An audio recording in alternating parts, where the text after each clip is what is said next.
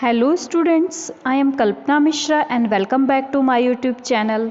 Students, आज की इस वीडियो में हम करेंगे class 8 science chapter number 12 friction के एमसीक्यूज क्वेश्चंस। और बेटा, अगर आप इस चैनल पर पहली बार आए हैं तो इस चैनल पे जाके प्लेलिस्ट ज़रूर चेक करना। क्लास 8 साइंस के एमसीक्यूज, बहुत सारे एमसीक्यूज आपको उसमें मिल जाएंगे। ठीक है, तो चलिए स्टार्ट करते हैं हम chapter 12 friction. Question number 1. Why is it difficult to walk on a smooth and wet floor? A. Due to more friction. B. Due to very less friction. C. Due to gravity. And D. None. तो right answer क्या है? अगर हम जो है difficult होती है हमें चलने में स्मूथ और वेट फ्लोर पे, तो इसका मतलब क्या है? इसका मतलब है due to very less friction. वहाँ पे फ्रिक्शन बहुत कम है। ठीक है, वहाँ पे फ्रिक्शन बहुत कम है जिसकी वजह से हमें वहाँ चलने में प्रॉब्लम होती है। ठीक है, next question number 2. Frictional force always act on in dash direction. Frictional force कहाँ पर एक्ट करता है हमेशा? Upward direction of the motion of object, downward direction of opposite to the motion of the object. तो क्या है?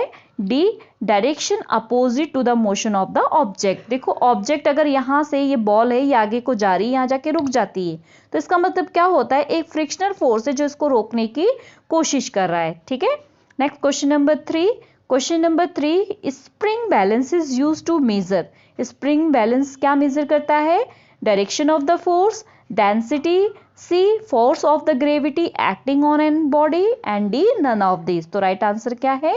Right answer है C, force of gravity act on a body. एक बॉडी पर फोर्स कितना एक्ट करता है इसका पता चलता है। ठीक है, देखो ये कोई ऑब्जेक्ट है 2 kg का, तो ये मुझे पता कैसे चलेगा? अगर मैं स्प्रिंग बैलेंस कुछ इस तरीके का होता है और इसमें मैं उसको लटका दूंगी तो मुझे पता लग जाएगा। ठीक है, नेक्स्ट क्वेश्चन नंबर 4.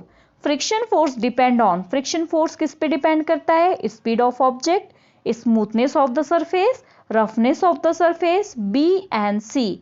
तो देखो, फ्रिक्शन ऑफ फोर्स किस पे डिपेंड करता है? Roughness of surface. सरफेस जो है जितना रफ रहेगा उस पर फ्रिक्शन डिपेंड करता है। और बी अगर हम बात करें स्मूथनेस ऑफ सरफेस, अगर स्मूथ रहेगा सरफेस तो फ्रिक्शन क्या होगा? कम होगा। और रफ होगा सरफेस तो फ्रिक्शन क्या होगा? ज़्यादा होगा। तो यहाँ पर फ्रिक्शन फोर्स किस पे डिपेंड करता है? दोनों पे ही डिपेंड करता है कि जो सरफेस स्मूथ है या फिर रफ है। तो राइट आंसर क्या है इसका? D. Next question number 5. Question number 5. Friction force is produce because of. Friction force produce होता है क्योंकि irregularity in two contacting surface, and B, to stop moving object, C, to make एक object move easily, and D none of this. तो right answer इसका क्या है? Right answer है A. कैसे है right answer A? Irregularity in two contact surface. देखो, friction force produce कब होगा? अगर यहाँ पर ये जमीन थोड़ी सी खड़बड़ी है, इरेगुलर है, और इसके ऊपर बॉल जा रही है, तो ये बॉल ज़्यादा देर मूव नहीं करेगी क्योंकि इस पे यहाँ पे फ्रिक्शन ज़्यादा है। अगर ये सरफेस फ्लैट है और यहाँ पर हम बॉल को मूव कर रहे हैं तो ये बॉल ज़्यादा दूर मूव करेगी क्योंकि यहाँ पर फ्रिक्शन क्या है? कम है। ठीक है, next question number 6. Why grooves are made in tyres. Tyres में ग्रूव्स क्यों लगे होते हैं? क्यों बने होते हैं? To reduce friction, to increase friction, to make the tyres look beautiful, to reduce consumption of fuel. तो राइट आंसर क्या है इसका? राइट आंसर है इसका, देखो, अगर जो टायर्स होते हैं ना उसको ग्रूव्स में क्यों बने होते हैं? ऊंचे ऊंचे जो बाहर से निकले होते हैं, ताकि उनके बीच में जो फ्रिक्शन है वो इंक्रीज हो सके। नहीं तो क्या होगा? जो टायर्स है ना वो सड़क पे स्लिप कर जाएंगे। अगर उनके बीच में फ्रिक्शन ज़्यादा होगा तो वो स्लिप नहीं करेंगे। ठीक है, next question number 7. Why rolling friction is less than the sliding friction. Rolling friction जो है स्लाइडिंग फ्रिक्शन से कम क्यों होता है? रोलिंग मीन्स आपने देखा होगा ना, लगेज में ऐसे पहिए लगे होते हैं, फिर उनको मूव करना कितना आसान होता है। और लेकिन अगर वो बैग हमें उठाने पड़ जाते हैं तो उसको उठाना कितना मुश्किल होता है। ठीक है, तो रोलिंग की वजह से हम उसको घसीटते हुए आगे लेके चले जाते हैं। ठीक है, तो यहाँ पे rolling friction less than the sliding friction क्यों है? Direction of the friction force change, moving object become lighter, C, because it is easy for a body to roll over another is comparison to slide. D, all of the above. तो slide करने से हमें rolling करना ज़्यादा easy होता है। तो right answer क्या है? C। ठीक है, next name the system which convert the sliding friction to the rolling friction. Sliding friction को रोलिंग फ्रिक्शन में कौन चेंज करता है? A ball bearing. Ball bearing जो है ऐसे गोल गोल सी रॉड्स होती हैं, गोल गोल से लोहे की छर्रे होती हैं, मतलब गोल गोल से ऐसे होते हैं। तो ये क्या करते हैं, ये स्लाइडिंग फ्रिक्शन को किस में चेंज करते हैं? रोलिंग फ्रिक्शन में। ठीक है, ये फैन वगैरह में भी होते हैं। Next question number 9, friction produce. Friction क्या प्रोड्यूस करता है? हीट। अगर हम दो चीजों को आपस में रगड़ेंगे तो फ्रिक्शन होगा, और इसकी वजह से क्या होती है? हीट प्रोड्यूस होती है। इसी की वजह से जो मशीनें वगैरह होती है वो क्या हो जाती हैं? खराब हो जाती हैं, क्योंकि उनके बीच में जैसे फ्रिक्शन ज्यादा होगा, हीट प्रोड्यूस होगी, तो मशीनें क्या होती हैं?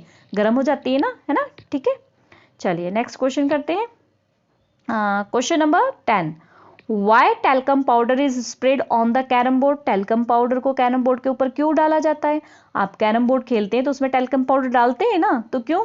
टू रिड्यूस फ्रिक्शन, फ्रिक्शन को कम करने के लिए। To make the surface of carrom board smooth. To make the carrom coins move longer distance. D all of the these. Right answer क्या है? All of the above. क्यों है all of the above? क्योंकि हमें उसका friction भी reduce करना है, हमें कैरम बोर्ड का सरफेस भी स्मूथ करना है, हमें अपने जो है कॉइन है उसको भी, हमने गोटी जिसको बोलते हैं उसको भी दूर तक लेके जाना है। Next question number 11, what are the factors responsible for friction. कौन सा फैक्टर रिस्पॉन्सिबल है फ्रिक्शन के लिए? Nature of the surface is contact, area of contact, the force with which both surface are pressed, and D all.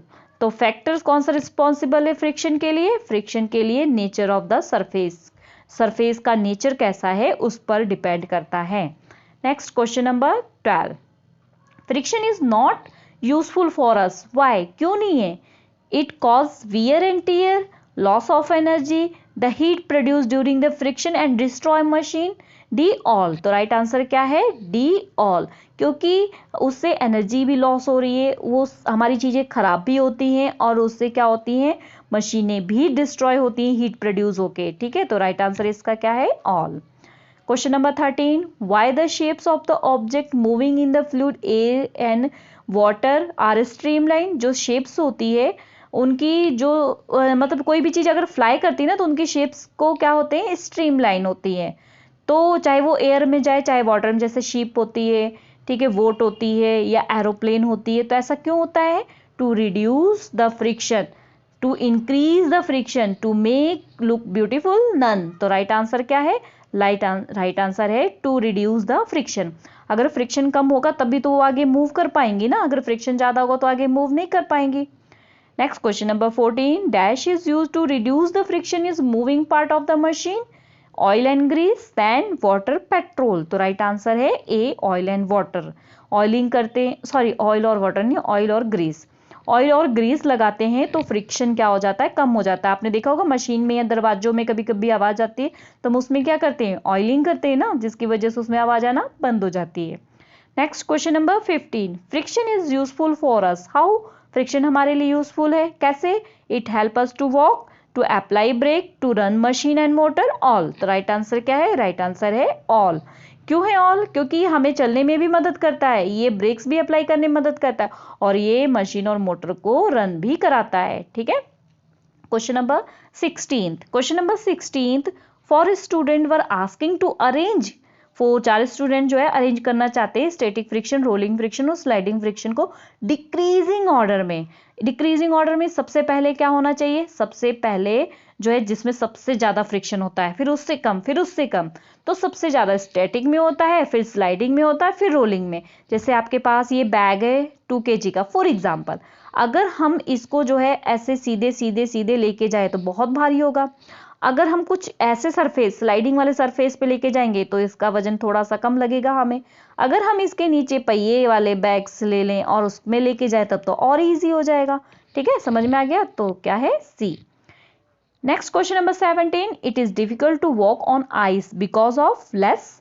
हमें ice पे चलना मुश्किल होता है, क्यों? Gravitational force, frictional force, weight of ice, and none. तो राइट आंसर क्या है? फ्रिक्शन, क्योंकि आइस पर फ्रिक्शन कम होता है, इसकी वजह से उस पर चलना क्या होता है? मुश्किल होता है। ठीक है, नेक्स्ट क्वेश्चन, क्वेश्चन नंबर है हमारा 18, why tyres are made circular, tyre circular क्यों बने होते हैं? Because rolling friction is less than the sliding friction, to look beautiful, because rolling friction is more than the sliding friction, and D none. तो right answer क्या है? Right answer है ए, क्योंकि वो रोलिंग फ्रिक्शन होता है, गोल इसलिए बने होते हैं, और जो रोलिंग फ्रिक्शन होता है वो स्लाइडिंग से क्या होता है? कम होता है। ठीक है, नेक्स्ट क्वेश्चन नंबर 19th है soles of our shoes, shoes के जो सोल्स होते हैं wear out because running, slow moving, friction and none. तो राइट आंसर क्या है? राइट आंसर है फ्रिक्शन, फ्रिक्शन के कारण वो क्या होते हैं? बाहर निकल जाते हैं। ठीक है, ओके स्टूडेंट्स, आई होप ये क्वेश्चंस आपको अच्छे से समझ आ गए हैं। तो प्लीज वीडियो को लाइक, चैनल को सब्सक्राइब और बेल आइकन को दबाना मत भूलना। मिलते हैं नेक्स्ट वीडियो में, बाय बाय।